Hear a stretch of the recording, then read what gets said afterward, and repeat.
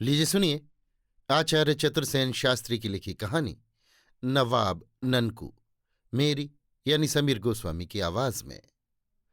नवाब ननकू एक भाव कथा है जिसमें चरित्र और आचार का मनोवैज्ञानिक विश्लेषण है। कहानी में कुल 3 मुख्य पात्र हैं। राजा साहब, एक शराबी कबाबी वेश्यागामी लंपट रईस जिन्होंने इसी काम में अपनी सारी संपत्ति फूंक दी और अब दारिद्र्य और रोग का भोग भोग रहे हैं। दूसरी है एक विगलित यौवन वैश्य और तीसरे हैं एक रईस के औरत से उत्पन्न वैश्य पुत्र जो अपने को नवाब समझते हैं। कहानी में तीनों दोस्तों की एक मुलाकात का रेखा चित्र है। मुलाकात में जीवन के आगे पीछे के समूचे जीवन की स्पष्ट झांकी अंकित करने में लेखक ने अपनी अपरिसीम कथा निर्माण कला का परिचय दिया है। इससे भी अधिक अपनी उस विश्लेषण सामर्थ्य को मूर्त किया है जबकि वो चरित्र को आचार से पृथक मानता है। तीनों ही पात्रहीन चरित्र हैं, परंतु उनके हृदय की विशालता, विचारों की महत्ता, भावों की पवित्रता ऐसी व्यक्त हुई है कि बड़े से बड़ा सदाचारी भी उसकी समता नहीं कर सकता। पूरी कहानी पढ़कर तीनों में से किसी भी पात्र के प्रति मन में विराग और घृणा नहीं होती, आत्मीयता और सहानुभूति के भाव पैदा होते हैं। आचारहीन व्यक्ति भी उच्च चरित्र वाले होते हैं तथा आचार और चरित्र में मौलिक अंतर क्या है, ये गंभीर मनोवैज्ञानिक तथा आचार शास्त्र संबंधी नया दृष्टिकोण लेखक ने कहानी में व्यक्त किया है। सर्दी के दिन और शनिचर की रात, कल इतवार। न दफ्तर जाने की फिक्र, न किसी काम की चिंता। बस बेफिक्री से खाना खाकर जो रजाई में घुसे तो अंबरी तमाकू का कश खींचते खींचते ही अंटा गफील हो गए। मगर उस मीठी नींद में शुरू में ही विघ्न पड़ गया। नीचे कोई कर्कश स्वर में चिल्ला रहा था, बाबू साहब, अजी बाबू साहब। उस वक्त आराम में यूं खलल पड़ने से तबीयत झल्ला उठी। क्या मजे की झपकी आई थी। मैंने उठकर खिड़की से सिर निकालकर कहा, कौन है भाई इस वक्त? अजी हमें नवाब साहब। गजब करते हैं आप भाई साहब। अभी लम्हा भर हुआ है सूरज छिपे और आपके लिए आधी रात हो गई। चीखते चीखते गला फट गया, मोहल्ला भर सिर पर उठा डाला। बड़ा गुस्सा आया उस नवाब के बच्चे पर। जी में आया कच्चा ही चबा जाऊं, परंतु जब्त करके कहा, कहिए नवाब साहब, इस वक्त कैसे? अजी दरवाजा तो खोलिए, या गली में खड़े ही खड़े राग अलापूं। मन ही मन दाव पैंच खाता नीचे उतरा और कुंडी खोली। नवाब साहब चुपचाप पीछे पीछे जीना चढ़कर ऊपर आए। आते ही मसनद पर बेतकल्लुफी से उठंग गए। कहने लगे, खुदा की मार इस सर्दी पर हड्डियां तक ठंडी पड़ गईं। मगर उस्ताद, खूब मजे में आप मीठी नींद ले रहे थे। मैंने कहा, आपके मारे कोई सोने पाए तब तो। कहिए इस वक्त कैसे तकलीफ की? नवाब साहब ने बेतकल्लुफी से हंसकर कहा, यों ही, बहुत दिन से भाभी साहिबा के हाथ का पान नहीं खाया था, सोचा पान भी खाऊं और सलाम भी करता हूं। गुस्सा तो इतना आ रहा था कि मरदूत को धकेल दूं नीचे, मगर मैंने गुस्सा पीकर कहा, पूरे नामाकूल हो तुम। कल इतवार था, कल ये सलाम की रस्म पूरी नहीं कर सकते थे जो इस वक्त मेरे आराम में खलल डाला। नवाब साहब खिलखिलाकर हंस पड़े। जेब से सिगरेट का बक्स और दिया सलाई निकालकर एक होठों में दबाई, दूसरी मेरी ओर बढ़ाते हुए कहा, खैर सिगरेट तो पियो और गुस्सा थूक दो। हाँ, 40 रुपए मेरे हवाले करो और इसे रखो संभाल कर। उन्होंने बगल से एक पोटली निकालकर मेरे आगे सरका दी। मैंने कहा, यह क्या भला है, और इस वक्त रुपयों के बिना कौन कयामत बर्पा हो रही थी? नवाब साहब को भी गुस्सा आ गया। कहने लगे, कयामत नहीं बर्पा हो रही थी तो मैं यूं ही झक मारने आया हूं इस वक्त। हजरत, ये मेरी भी पीनक का वक्त था।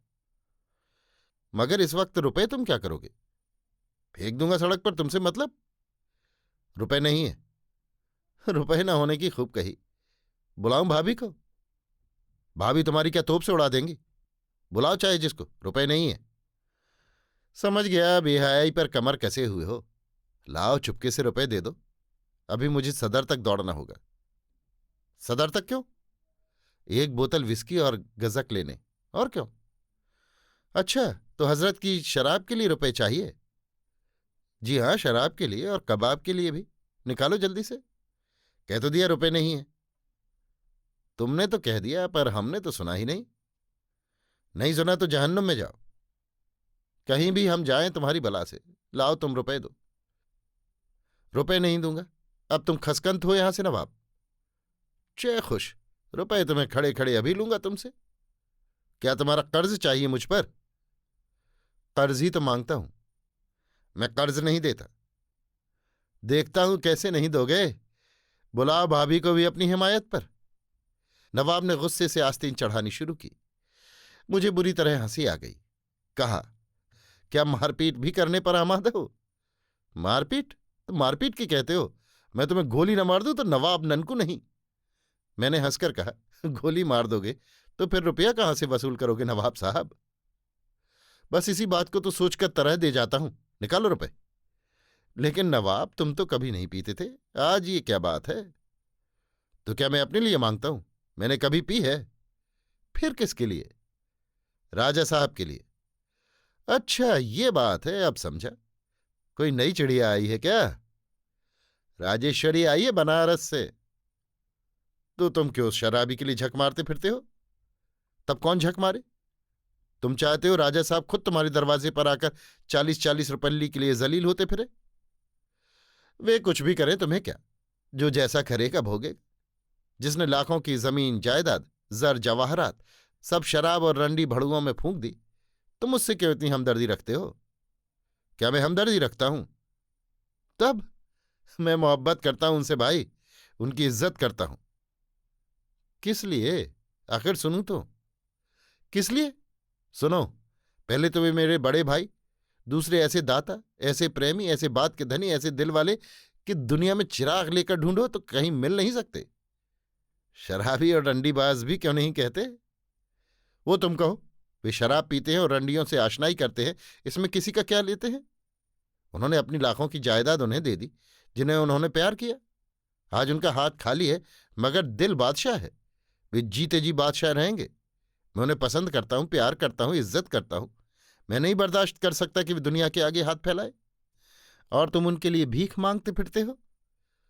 किससे मैंने भीख मांगी है, कहो तो? नवाब ने तैश में आकर कहा। ये अभी तुम 40 रुपए मांग रहे हो? और ये क्या है? नवाब ने सामने की पोटली की ओर इशारा किया। उसे तो मैं भूल ही गया था। मैंने देखा वो एक जरी के काम का कीमती लहंगा है। नवाब ने कहा, बेचना चाहूं तो खड़े खड़े 200 में बेच दूं। तुमसे तो मैं 40 ही मांग रहा हूं। लहंगा क्या राजा साहब ने दिया है? वे क्यों देने लगे? अम्मी जान का है।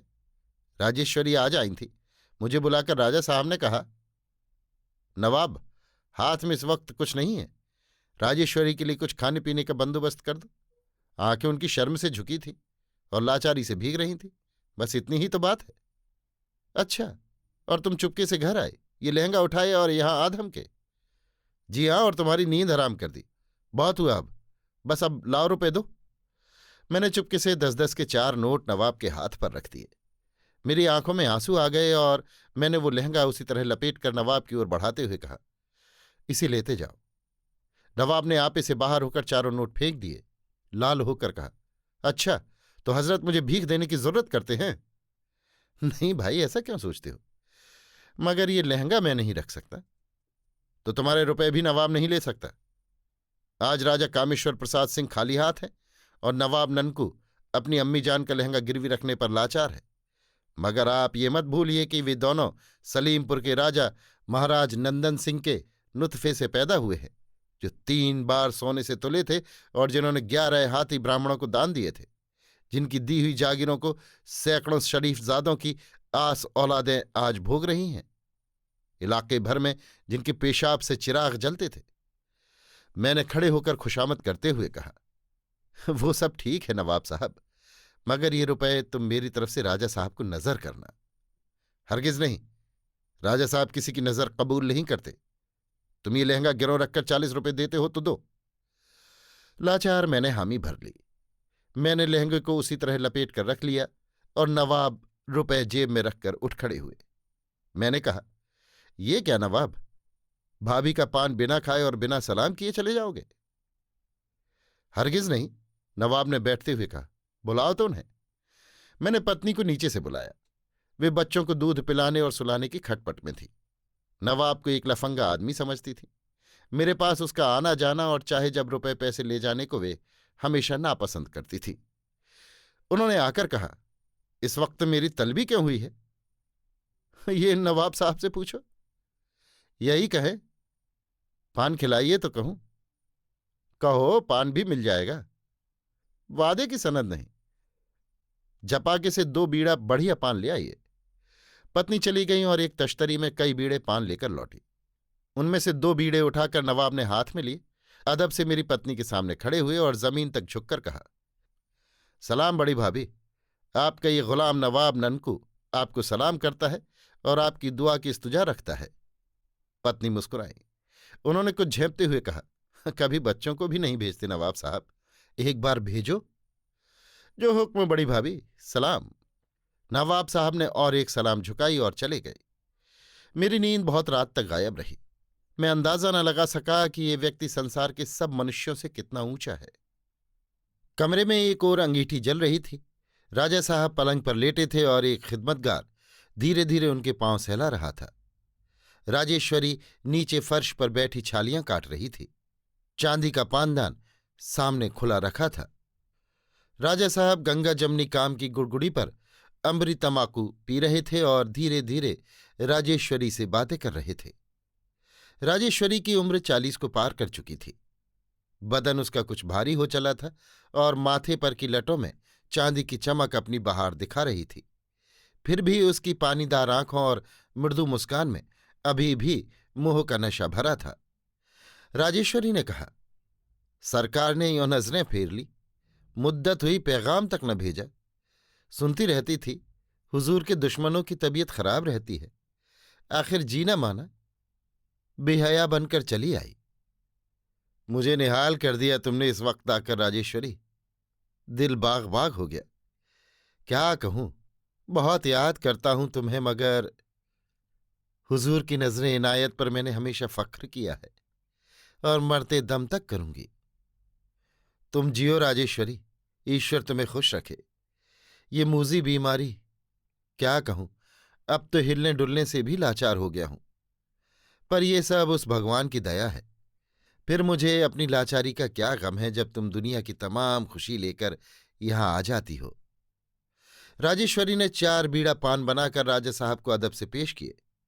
राजा साहब ने मुस्कराकर पान लेकर मुंह में रखे।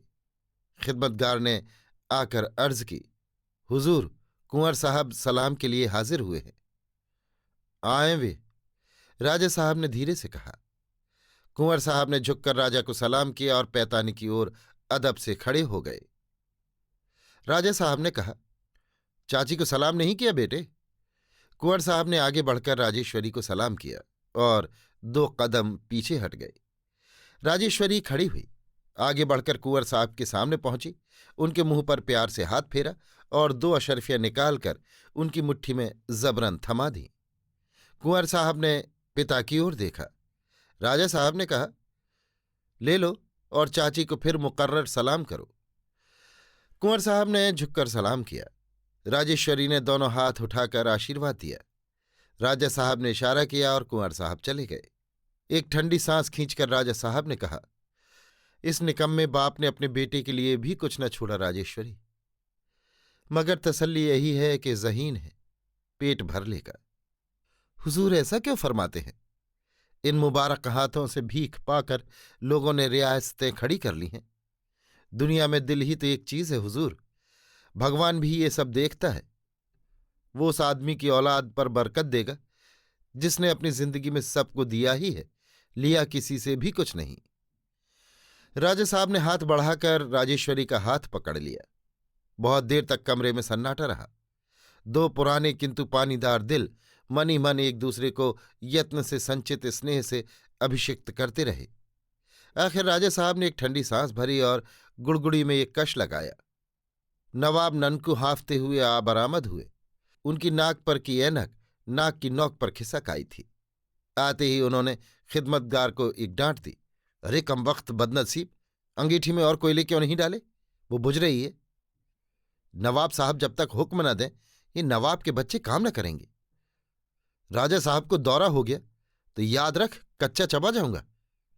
उठ, जल्दी कोयले डाल। खिदमतगार चुपके से उठ गया। नवाब ने ही हंसते हुए कहा, देखा राजेश्वरी भाभी, खिदमतगार साले नवाब ननकू के आगे बंदर की तरह नाचते हैं, मगर मुंह पर कहता हूं, बिगाड़ दिया है राजा साहब ने। नौकरों को बहुत मुंह लगाना अच्छा नहीं। लेकिन नवाब, उन गरीबों को 6-6 महीने तनख्वाहें नहीं मिलती, बेचारे मोहब्बत के मारे पड़े हैं। तो इससे क्या, उनके बाप दादों ने इतना खाया है कि 7 पीढ़ी के लिए काफी है। मगर उन्होंने खिदमत भी तो की है, तो रियासतें भी तो पाई हैं। अच्छा देखो तो, राजेश्वरी के लिए क्या क्या चीज लाए हो। देखिए और दाद दीजिए नवाब को। नवाब ने बोतल बगल से निकाली, और भी बहुत सा सामान था। अरे, ये इतनी खटपट किस लिए की नवाब साहब? राजेश्वरी ने कहा। जी, जैसे आप च्यूटी के बराबर तो खाती ही हैं, फिर आई कितने दिन बाद है राजेश्वरी भाभी। जानती हैं राजा साहब कितना याद करते हैं। जब राजेश्वरी जबान पर चढ़ती हैं, आंखें गीली हो जाती हैं। अम्मी जान कहती हैं, बड़े महाराज का भी यही हाल था, जरा सी बात पर दिल भारी कर लेते थे। वे देवता थे नवाब साहब। और ये इन्हें पहचाना किसने है अभी? दुनिया ऐसों को कभी न पहचान पाएगी। खिदमतगार अंगीठी टंच करके रख गया।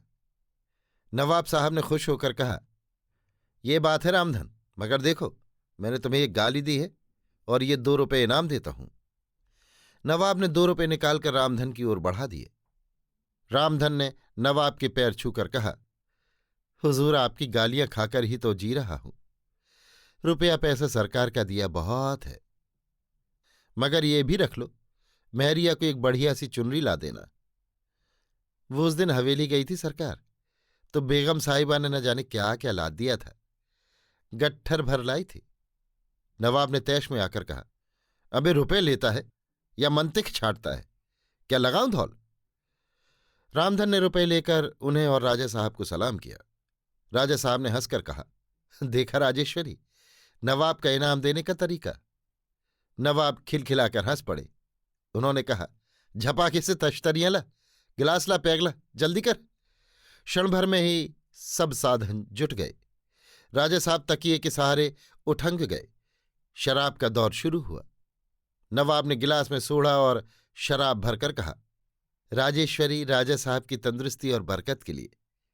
तीनों ने हंसती हुई आंखें मिलाई और शराब की चुस्कियां लेने लगे।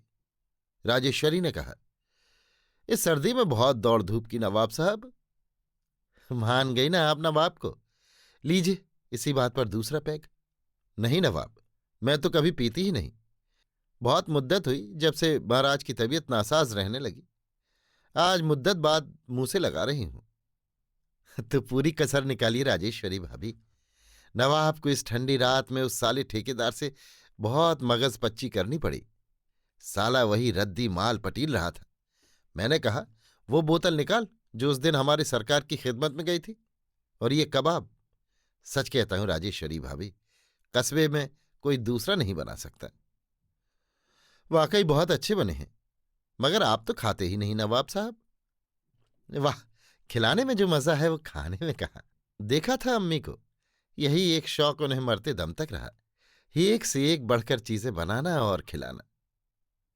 मुझे याद है नवाब, मैं तब बहुत बच्ची थी, आपा के साथ आती थी, वे छोड़ती ही ना थी, खींच ले जाती थी। कितना खिलाती थी क्या कहूं। मगर अब अम्मी तो है नहीं। नवाब उनका नालायक लड़का है, उसने विरासत में अम्मी की वो आदत पाई है। लीजिए, ये पैक तो पीना ही होगा। मगर उधर तो देखो नवाब, महाराज ने सिर्फ होठों से छूकर ही गिलास रख दिया है, पी कहां? क्या कहूं राजेश्वरी, तकलीफ देती है, पी नहीं सकता। डॉक्टरों ने भी मना कर दिया है, मगर तुम पियो राजेश्वरी, आज मैं बहुत खुश हूं। लाओ नवाब, राजेश्वरी को एक पैग मैं भर कर दूं, और हुजूर एक नवाब को भी। अरे, ये कब से? तुम तो कभी पीते नहीं थे। आज ही से, अभी अभी एक पैग पिया है मैंने। राजा साहब ने 2 पैग भरकर तैयार किए, गिलास में भरकर कहा, लो राजेश्वरी, और तुम भी नवाब।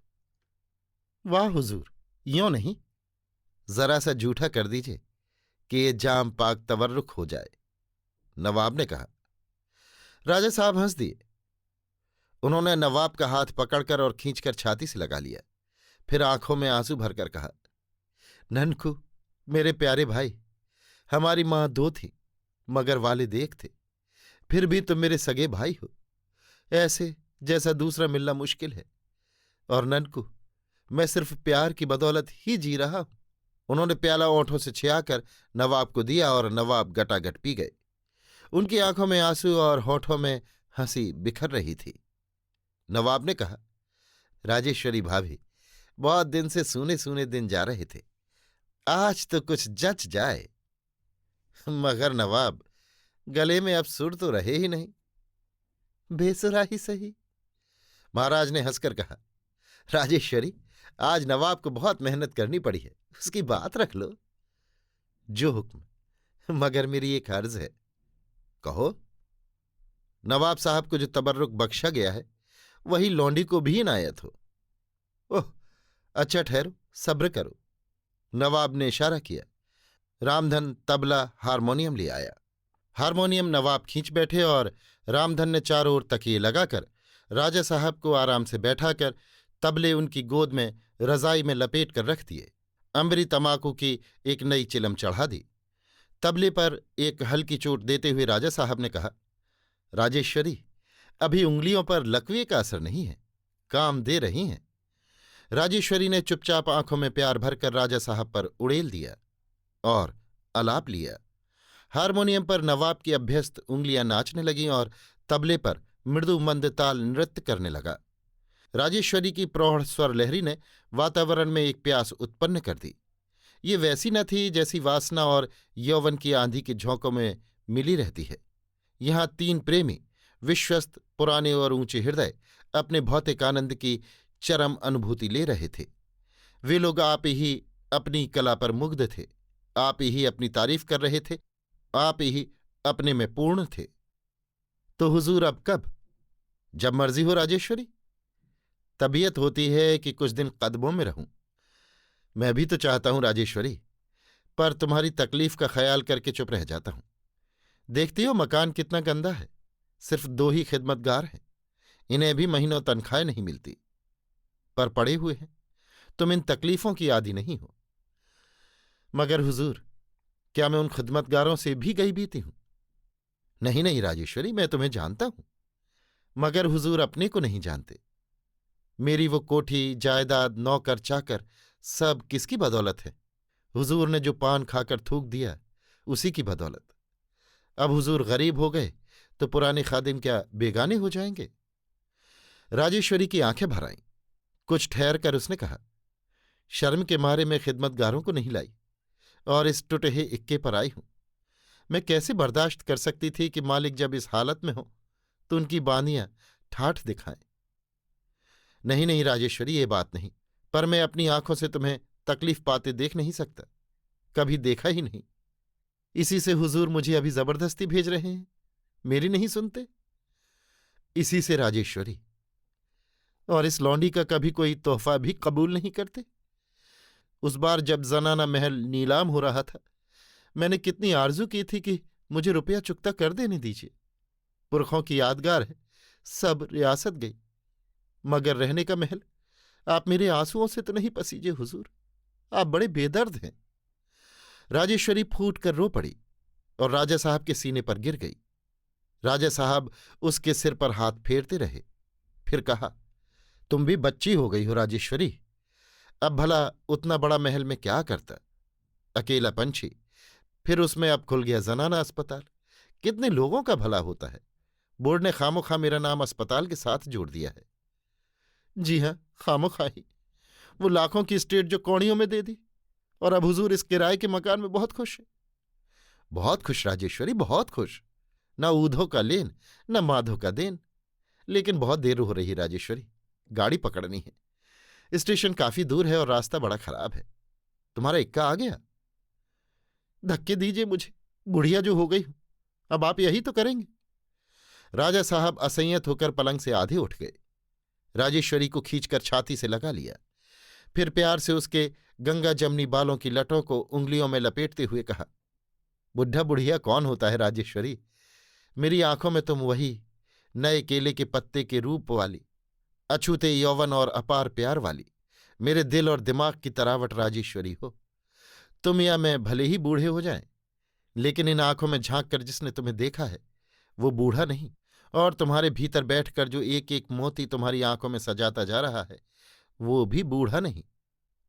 राजेश्वरी धीरे से राजा साहब के मुंह के बिल्कुल पास फर्श पर बैठ गई। रामधन अमरी तमाकू चढ़ाकर गुड़गुड़ी रख गया। राजा साहब चुपचाप तमाकू पीने लगे। तमाकू की खुशबू ने कमरे को मस्त कर दिया। राजेश्वरी ने कहा, हुजूर वादा वक्फ हो। राजा साहब ने भौएं से कोड़कर राजेश्वरी की ओर देखकर कहा, वादा? जी। क्या? तबर्रुक। ओह, भूली नहीं राजेश्वरी। भूलने की एक ही कही, कल से आस लगाए हूं। नवाब के सामने फिर नहीं कहा। राजा साहब कुछ देर चुपचाप गुड़गुड़ी पीते रहे, फिर कहा, जरा और पास आओ तो राजेश्वरी। राजेश्वरी बिल्कुल राजा साहब के मुंह के पास खिसक गई। राजा साहब ने गुड़गुड़ी की सोने की मुनाल उसके होठों में लगाकर कहा, एक कश खींचो तो राजेश्वरी। लेकिन लेकिन हुजूर, ऐन खुशी होगी, खींचो एक कश। राजा साहब की आंखों में प्यार का सारा ही रस उमड़ आया। राजेश्वरी ने आनंद विभोर होकर गुड़गुड़ी से कश खींचा। खुश हुई अब राजेश्वरी? ओ हुजूर, कहीं खुशी से मेरी छाती न फट जाए। हुजूर ने गुड़गुड़ी खास इनायत करके मेरी 7 पीढ़ियों को तार दिया। राजा साहब ने खिदमतगार से कहा, रामधन, चिलम ठंडी कर दे और गुड़गुड़ी उस अखबार में लपेटकर इक्के में रखा। राजेश्वरी का मुंह सूख गया। उसने कहा, ये आप क्या कर रहे हैं? मेरा दिल भाग भाग है, तुम दुलखो मत। मगर हुजूर, मैं हुक्म देता हूं, मत बोलो। राजेश्वरी का सिर नीचे को झुक गया। उसने खड़े होकर झुककर राजा साहब को सलाम किया और रोती हुई चली गई। राजा साहब चित्त अपने पलंग पर पत्थर की मूर्ति की भांति निश्चल निर्वाक पड़े रहे। ये क्या तमाशा है रामधन? महाराज मिट्टी की गुड़गुड़ी में तमाकू पी रहे हैं। गुड़गुड़ी खास क्या हुई? नवाब ने कमरे में आते ही हैरान होकर पूछा। रामधन चुपचाप खड़ा रहा। उसे बाहर जाने का इशारा करते हुए राजा साहब ने मुस्कुराकर कहा, यहां आओ नवाब, मैं बताता हूं। नवाब ननकू एकदम पलंग के पास जा खड़े हुए। राजा साहब ने हंसकर कहा, बैठो। मगर मैं पूछता हूं, गुड़गुड़ी खास क्या हुई? बैठो तो कहूं। नवाब ने बैठकर कहा, कहिए। राजा साहब ने रजाई से हाथ बाहर निकालकर नवाब का हाथ पकड़ लिया। कहा, नाराज न हो नवाब, राजेश्वरी को दे दी। क्या उन्होंने मांगी थी? नहीं, मगर उसे खाली हाथ कैसे जाने देता? तुम देखते ही हो, खानदान की वही एक चीज मेरे पास बची थी। नवाब कुछ देर होठ चबाते रहे, फिर बोले, मगर आप मिट्टी की गुड़गुड़ी में तमाकू नहीं पी पाएंगे। मैं गुड़गुड़ी लाता हूं। कहाँ से? घर से। कहाँ पाई? अम्मी जान की है, बड़े महाराज ने बख्श दी थी। मेरे पास ये अब तक पाक धरोहर थी, अब आज काम आएगी।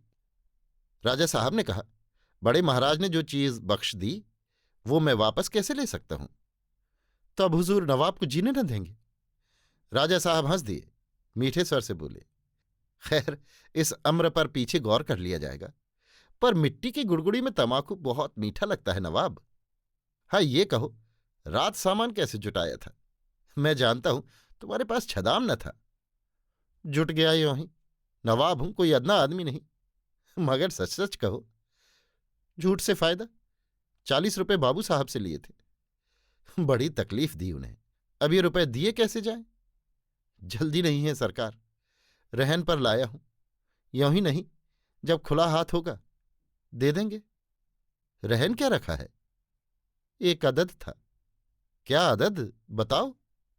आप तो धांधली करते हैं, आपको मतलब? तुम्हें मेरी कसम नवाब। उफ, कहो कहो। अम्मी का लहंगा था। राजा साहब निश्चल पड़ गए। उनकी आंखों की दोनों कोर से आंसू बह रहे थे और उनका कांपता हुआ हाथ नवाब के हाथ में था।